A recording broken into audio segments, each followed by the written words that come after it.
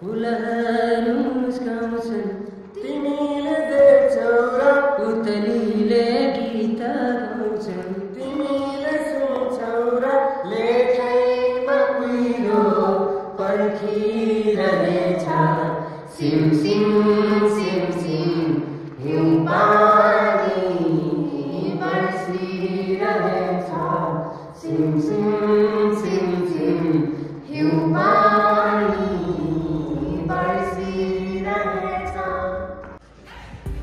Hello welcome छ सबैजनालाई। आज चाहिँ हामी लालीगुराँस एजुकेसन एकाडेमी फर अलबाट चाहिँ आज हामी शैक्षिक भ्रमणको लागि सलकपुरतर्फ लाग्दैछौँ। आज हाम्रो ट्रेकिङ रहेको छ। वर्षमा हामी एकचोटि जहिले पनि जाने गरेको छौँ र यो पालि भनेको हाम्रो क्लास 6 र 7 रहेको छ। बिचमा कस्तो के यात्रा हुनेछ त्यो पनि म देखाउनेवाला नै छु र हाम्रो आदरणीय भाइस प्रिन्सिपल सर र प्रिन्सिपल सरलाई एक दुई शब्द यो शैक्षिक भ्रमणको लागि चाहिँ केही राखिदिनु, दुई शब्द राखिदिनु हुनलाई म अनुरोध गर्नेछु। हामी सलकपुर यात्रामा हामी लालीगुराँस एजुकेसन एकाडेमीको हाम्रो सलकपुर जुन चाहिँ एकदम सुन्दरलाई फेमस छ र रिसेन्टली चाहिँ कफी फार्मिङको लागि पनि एकदम फेमस हुँदै रहेको छ र हामी चाहिँ अब यहाँबाट 2 घन्टा जतिको हाम्रो पैदल यात्रा सुरु हुन लागिरहेको छ र क्लास 6 र 7 का नानीहरूले चाहिँ एकदम बाटोमा लागिरहेछ। ल धन्यवाद सर, यति हुन्छ। अब हामी म प्रिन्सिपल सरलाई म दिनेवाला छु। अब हामी सलकपुरको यात्रामा निस्किसकेका छौँ। सबैलाई एकदम सेफ भएर निस्किनु हुन चाहन्छु र यस्तै छ। अब हामी बाटोमा इन्जोय गर्दै जानेछौँ। Thank you. यहाँ हाम्रो यहाँ यात्रामा अगाडि बढिरहेका छन् सबैजना। खोइ जोस जागर केही पनि छैन त नि।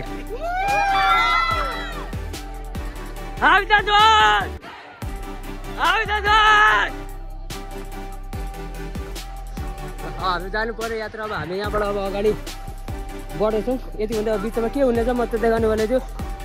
State tune. अहिले हामी अगाडि बढिसकेको छौँ। हाम्रो यात्रा सुरु भइसकिसकेको छ।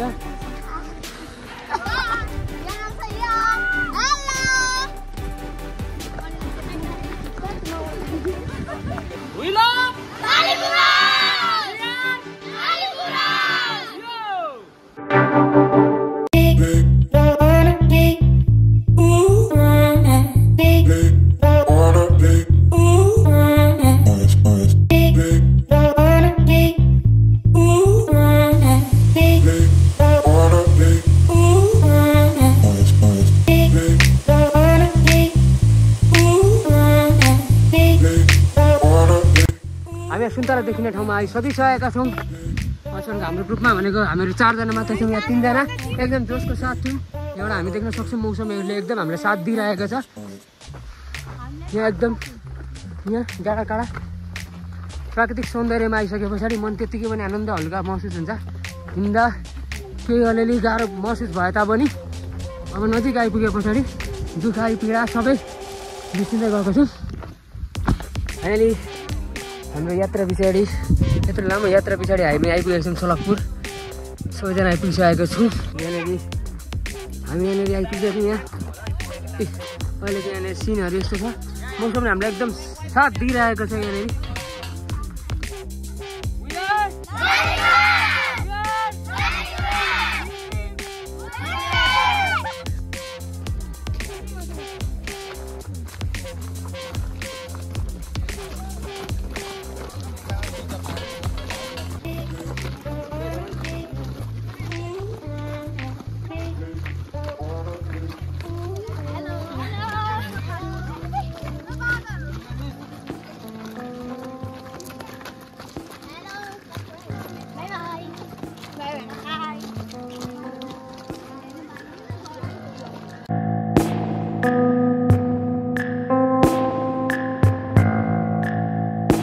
अहिले हामी आइसकेको छौँ सबैजना। हामी यहाँनिर आइपुगिसकेको छौँ। ल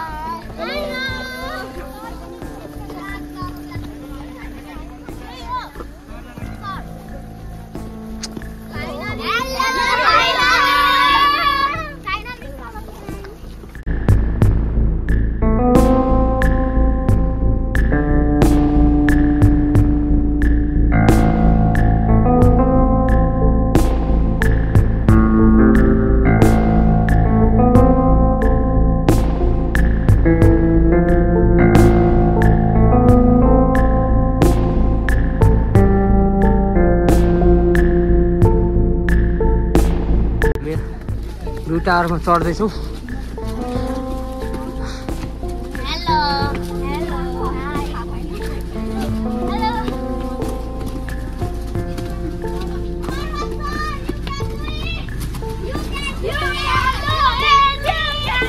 यो पछाडि देखिएको चाहिँ इन्डिया हो। अहिले हामी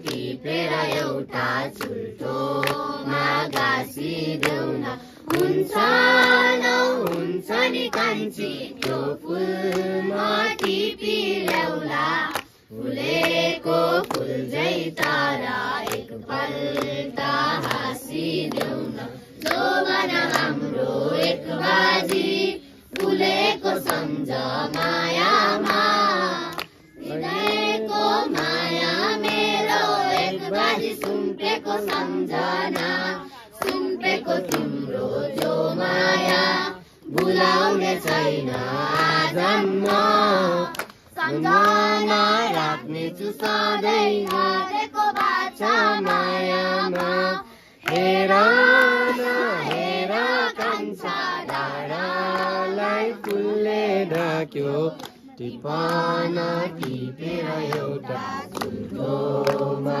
गाँसिदेऊ न हुन्छ नहुन्छ नि कान्छी त्यो फुलमा टिपी ल्याउला फुलेको फुल झै तर एकपल्ट हाँसिदेऊ न।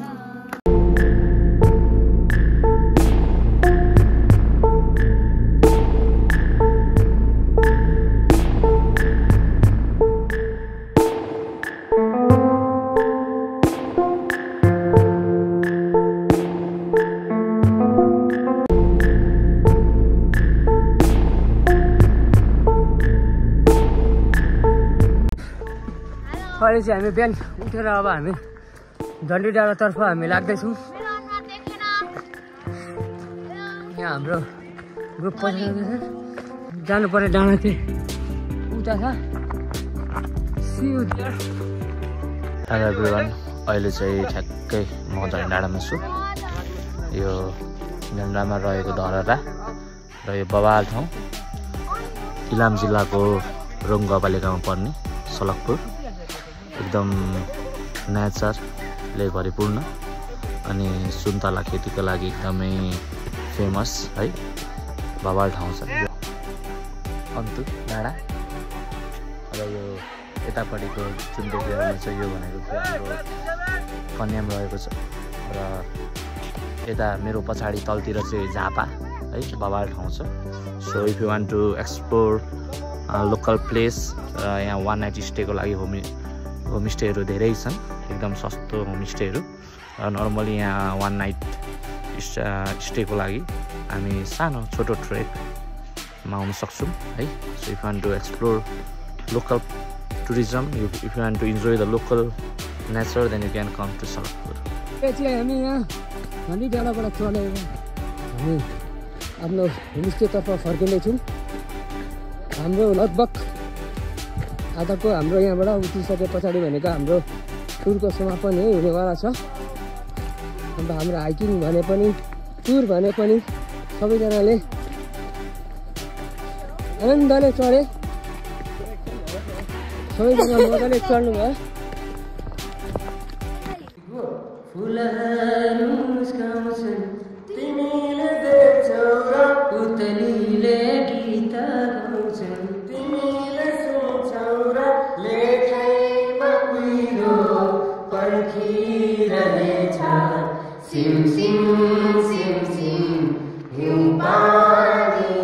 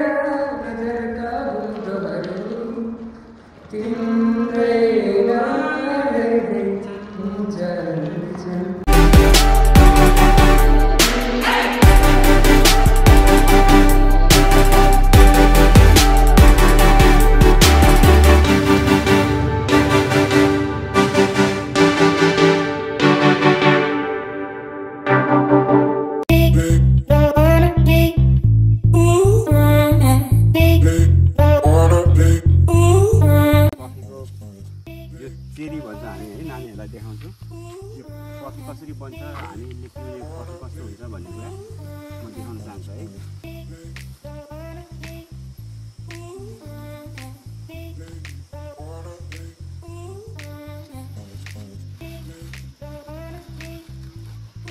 यो कफीको चेरी भन्छ है। कफीको बोर्ड देखेर कसैले देखेछ नि कफी होइन, यहीँ पनि छ, नजिकै पनि छ, हेर्न सक्छौ होइन। यो कफीको चाहिँ हामी यसलाई चेरी भन्छौँ। यो फर्स्ट जब किसानले उत्पादन गर्छन् नि, जब मान्छेले चाहिँ लगाएको हुन्छ, तिनीहरूले सुपारी लगाएर जस्तै गरेर कफी लगाएको हुन्छ, पाकेपछि यसलाई टिपिन्छ है। टिपेपछि यो कफीलाई के गरिन्छ भन्दाखेरि कफीको चाहिँ कतिवटा लेयर हुन्छ यहाँ, एउटा लेयर यो भयो होइन, यो फर्स्ट लेयर चाहिँ यहाँ अगाडि बोक्रा फाल्ने होइन, एउटा गयो, फेरि यहाँ सिल्भर कलर आयो हो। अब यो भित्र पनि 2 लेयर हुन्छ। यसको खाने भाग चाहिँ एकदमै कम हुन्छ। कफी महँगो हुनुको कारण के हो भन्दाखेरि कफीमा खाने जुन चिज छ, हामीले क्याफेन पाउँछ नि कफीमा, के कफी खानुमा चाहिँ कफी के नखाइन्छ भन्दाखेरि यसले झुम्म गराउँछ होइन, निन्द्रा लगाउँदैन होइन, यसले चाहिँ एक खालको चाहिँ नसा हो होइन। त्यो क्याफेन हुन्छ यो भित्र। त्यो क्याफेनको लागि चाहिँ यो कफी चाहिँ एकदमै हामीलाई चाहिँ के भने महत्त्वपूर्ण चाहिँ यसको चाहिँ साह्रै कम्ती यसको पिठो निस्किन्छ। त्यसले गर्दाखेरि हामीले यो कफीलाई के गर्छौँ भन्दाखेरि यहाँ आएपछि अब हामीले यो एउटा हामीसँग एउटा हातै हुन्छ। अब तपाईँको विभिन्न हुन्छ, यहाँको प्रोडक्सन हेरेर हामीले चाहिँ मेसिन हेरेर राख्ने हो, तपाईँको चाहिँ मोटरले गर्ने पनि हुन्छ। र यसलाई चाहिँ यो चेरीलाई यहाँ हालिसकेपछि हामीले यसरी दाना हालेर यसरी चेरिन्छ होइन, उताबाट चाहिँ दाना झर्छ होइन, बोक्रा चाहिँ एकातिरबाट झर्छ।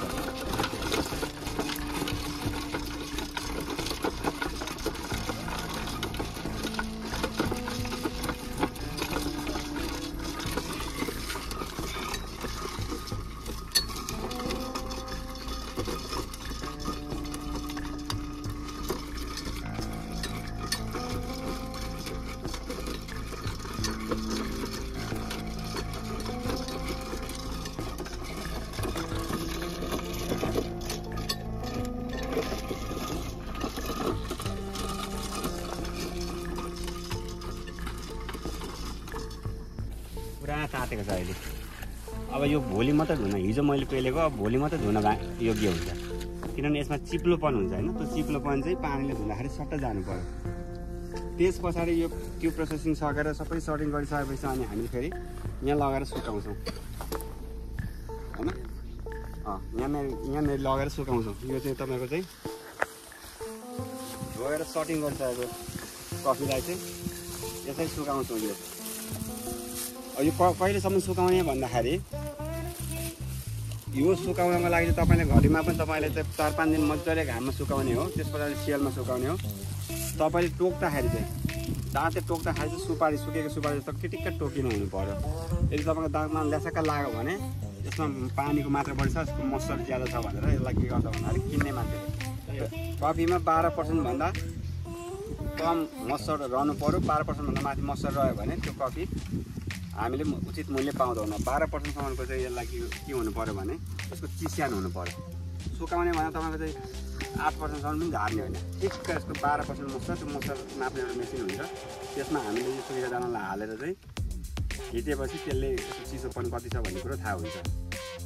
र यसलाई चाहिँ हामीले जब यो चाहिँ के भन्छ त्यो चेरी आयो, चेरीलाई हामीले प्रशोधन गऱ्यौँ, प्रशोधन गरेर धोएर होइन 36 घन्टा चाहिँ पानीमा राखेर धोएर त्यसलाई सफा गरेर अनि त्यहाँ भएका बोक्राहरू छानेर यसलाई के गर्छु भने अनि यसरी सुकाउँछु यसलाई भन्छ पार्चमेन्ट हैन यो पार्चमेन्ट बनाएपछि अब चाहिँ हामीले के गर्छौँ भने हामीसँग अरू विकल्प छैन अब चाहिँ हामीले कफी किन्ने कम्पनीहरूलाई चाहिँ हामीले त्यसलाई चाहिँ बेच्छौँ र यसलाई चाहिँ एउटा चेरी हामीले अहिले 100 रुपियाँ किलो किन्छौँ भने यो चाहिँ 800 रुपियाँ किलो बेच्छ किसिसकेपछि हैन अब बिचमा आउने लागत किसानले 100 रुपियाँ पायो भने हामीलाई कमसेकम पनि 1 किलो कफी बन्नलाई प्योर कफी बन्नको लागि 5 किलो काँचो चाहिन्छ भने 500 रुपियाँ त हाम्रो कस्टिङ त्यहाँ गइसक्यो 300 रुपियाँले अब हामीले के गर्नु पर्ने खर खेत लाउने जति पनि काम गर्ने ढुवानी गर्ने काम त्यसलाई बजारसम्म पुर्याउने काम त्यो 300ले गर्नु पर्यो भनेको 1 किलो काँचो कफीबाट अब कमसेकम 20-25-30 रुपियाँ भने बढी फाइदा हुँदैन यसमा तर ठुलो भोल्युममा यो कफी उत्पादन भएको चाहिँ के छ भने फाइदा छ र यो कफी चाहिँ अनि जब हामीले यसलाई बनाएर हामी बजारमा लान्छौँ बजारमा पनि उसले सटिङ गर्छ हामीले यहाँ दिएको कफीमा दियौँ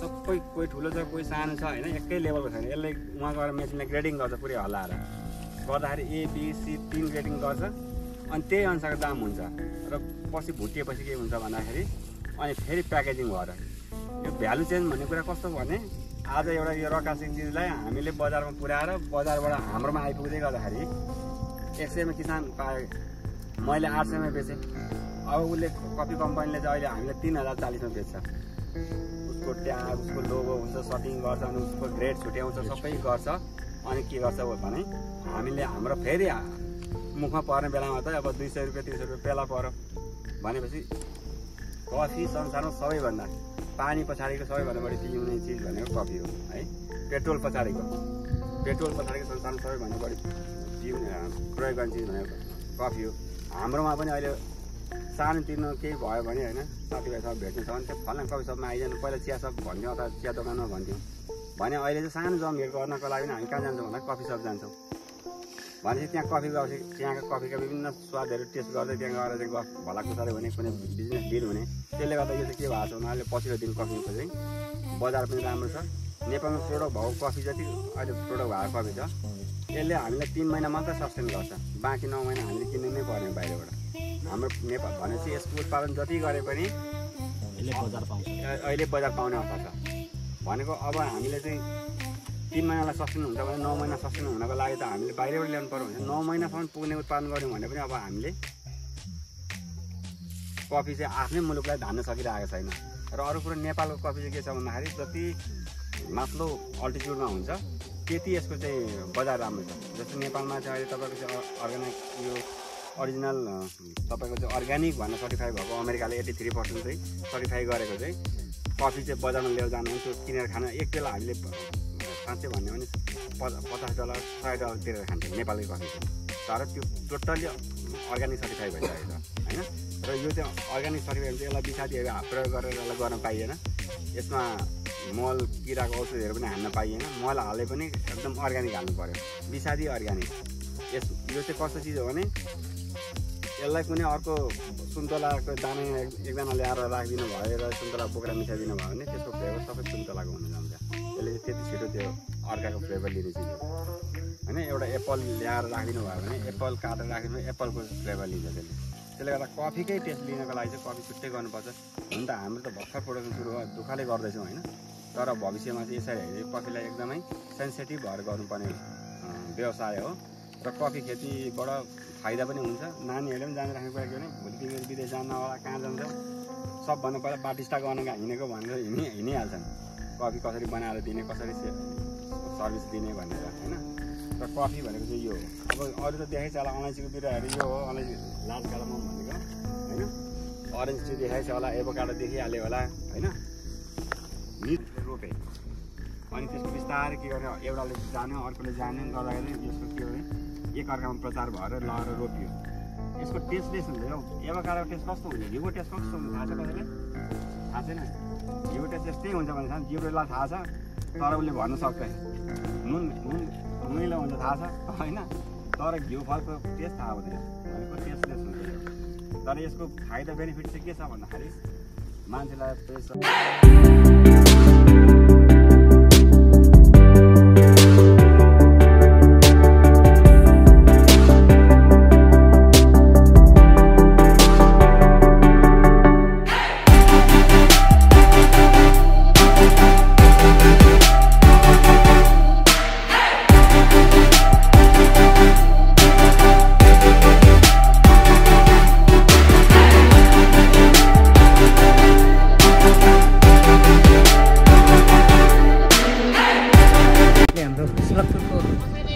सकिसकेको छ।